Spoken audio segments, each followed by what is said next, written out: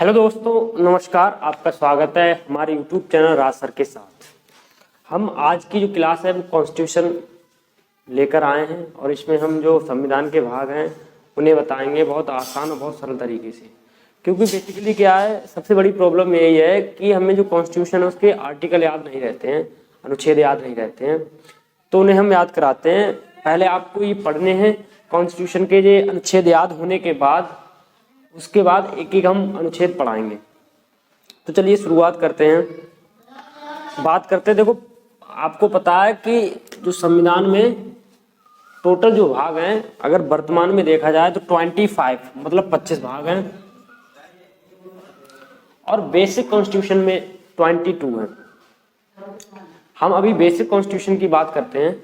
Basic constitution को पहले आप पढ़िए, उसके पार्ट पढ़िए, उसके बाद उसके अनुच्छेद पढ़िए और उसके बाद जो इसमें अमेंडमेंट हुए हैं, नए आर्टिकल जोड़े गए हैं, उसको भी हम साथ साथ पढ़ाते चलेंगे। तो बात करते हैं पहला, संघ और उसका राज्य क्षेत्र।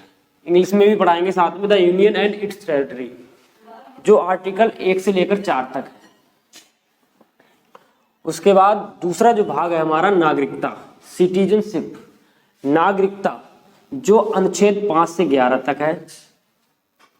और तीसरा जो भाग है हमारा मूल अधिकार, फंडामेंटल राइट्स, जो अनुच्छेद 12 से 35 तक है।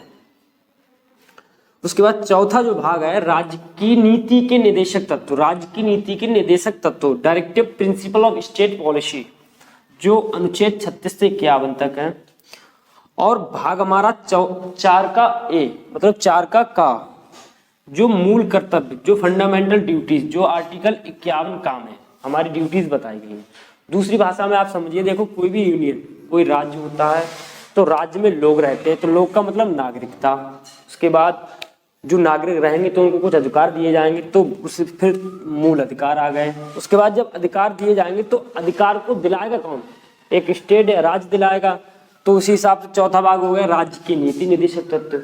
अब राज्य के नीति निदेशक तत्व जब हमें अधिकार मिल गए तो हमें उन अधिकार का पालन करना, हमारी कुछ ड्यूटी भी होगी राज्य के प्रति। तो उसके बाद चौथा का जो हमारा भाग आ गया वो मूल कर्तव्य आ गया। तो आपको इस तरीके से याद करने, राज्य, उसका राज्य क्षेत्र, नागरिकता, मूल अधिकार, राज्य की नीति के निदेशक तत्व और मूल कर्तव्य। ये अनुच्छेद याद रखोगे आप, इस तरीके से आपका क्लियर हो जाएगा। आपको अगर कोई डाउट होगा, कोई भी बात चलेगी, जैसे किसी राज्य की सीमा की अगर बात चली, तो आप सिंपल सी बात है, आपको पता होना चाहिए कि संघ और उसका राज्य क्षेत्र 1 से आर्टिकल 4 के अंतर्गत ये बात कही गई होगी। इस तरीके से याद होंगे। अगर नागरिकता की जब बात करी जाएगी तो हमें पता है कि नागरिकता भाग 2 में कितने आर्टिकल से 5 से 11, तो इन्हीं में से कोई सा अनुच्छेद होगा। ऐसे याद होते हैं। उसके बाद आगे बात करते हैं अगला भाग 5 की। भाग 5 जो है संघ, जिसे द यूनियन कहते हैं, जो अनुच्छेद 52 से 151 तक है। इसको चैप्टर वाइज सेपरेट कर दिया गया है। इसके जितनी भी जो आर्टिकल्स हैं उन्हें हमने चैप्टर वाइज डिवाइड कर दिया है। देखो, इससे आपको याद करने में कोई दिक्कत नहीं होगी, आपको क्लियर हो जाएगा बिल्कुल भी। देखो, चैप्टर नंबर 1 है जिसमें दिया गया है कार्यपालिका, जिसे द एग्जीक्यूटिव कहते हैं, जो हमारे अनुच्छेद 52 से 78 तक है। तो आपको याद रखना है, हमारी जो कार्यपालिका है, एग्जीक्यूटिव है, वो 52 से 78 तक है। उसके बाद चैप्टर नंबर 2 जो है संसद, इसमें पार्लियामेंट है, जो अनुच्छेद 79 से 122 तक है। कितनी है?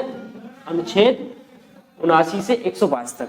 आपको पार्लियामेंट याद रखनी है, 79 से 122 तक। चैप्टर नंबर 3 जो है, जिसमें राष्ट्रपति की विधायी शक्तियां, legislative powers of the president, जो अनुच्छेद 123 में। तो राष्ट्रपति की जो विधायी शक्तियां हैं अनुच्छेद कितने में? 123 में। ठीक। उसके बाद चैप्टर नंबर 4 है, जिसमें संघ की न्यायपालिका मतलब सुप्रीम कोर्ट, जिसे द यूनियन जुडिशरी कहते हैं, जो अनुच्छेद 124 से 147 तक है, 124 से 147 तक है। सुप्रीम कोर्ट कितने में? तो 124 से 147 तक। हमारी जो पार्लियामेंट है वो 79 से 122 लोग, राष्ट्रपति की विधायी शक्ति 123 में है और कार्यपालिका हमारी 52 से 78 तक है। उसके बाद चैप्टर नंबर 5 है हमारा, जो भारत का नियंत्रक एवं महालेखा परीक्षक, जिसे controller and auditor general of India, जिसे कैग भी कहते हैं, जो अनुच्छेद 148 से 151 में दिया गया है। तो आई थिंक आपको क्लियर हो गया होगा। अगर आपसे कोई पूछे तो आपको मौखिक रूप से याद होना चाहिए। हमें पार्लियामेंट कितने में, 79 से 122 में, कार्यपालिका 52 से 78 तक है, राष्ट्रपति की विधायी शक्तियां 123 में है, संघ की न्यायपालिका 124 से 147 में है, और भारत का नियंत्रक एवं महालेखा परीक्षक 148 से 151 तक है। अब बात करते हैं अगले भाग की। भाग नंबर 6, जो भाग नंबर 5 था उसमें यूनियन थी, मतलब सेंटर था, इसमें स्टेट है। देखो स्टेट भाग नंबर 6, इसमें आर्टिकल 152 से 237 तक स्टेट के बारे में बताया गया है, राज्य के बारे में बताया गया है। इसको चैप्टर वाइज सेपरेट कर दिया गया है। चैप्टर नंबर 1 है जिसमें साधारण मतलब जनरल, जो अनुच्छेद 52 में 152 में है। अब स्टेट की जो कार्यपालिका है, द एग्जीक्यूटिव, स्टेट एग्जीक्यूटिव, तो 153 में से 167 में है, और जो सेंटर की एग्जीक्यूटिव है वो 52 से 78 तक थी। उसके बाद चैप्टर नंबर 3, राज्य का विधानमंडल, द स्टेट लेजिस्लेचर, जो अनुच्छेद 168 से 212 तक है। राज्यपाल की विधायी शक्तियां, the legislative power of the governor, जो 213 में है, और उसमें राष्ट्रपति की पावर 123 में थी। ये 213 123 दोनों को अपोजिट कर दो, आ जाता है। इसको याद करने का एक ही तरीका है। उसके बाद बात करते हैं राज्यों के उच्च न्यायालय। तो राज्यों के उच्च न्यायालय, the high court in the states, 214 से 232 अनुच्छेद में बताए गए हैं जो राज्यों के हाई कोर्ट्स के बारे में। उसके बाद सबऑर्डिनेट कोर्ट, अधीनस्थ न्यायालय, जो अनुच्छेद 233 से 237 में इसका वर्णन किया गया है। तो आप क्लियर हो गए। देखो स्टेट की जनरल 152, कार्यपालिका 153 से 167, और राज्य की विधानमंडल 168 से 212, और राज्यपाल की विधायी शक्तियां 213, राज्यों के उच्च न्यायालय 214 से 232, और अधीनस्थ न्यायालय 233 से 237 तक। और जो शेष भाग रह गए हैं वो हम अगली वीडियो में लेकर आएंगे। तो आई थिंक आपको क्लियर हो गया होगा। अगर आपको हमारी वीडियो अच्छी लगी हो तो इसे लाइक करें और हमारे चैनल को सब्सक्राइब करें।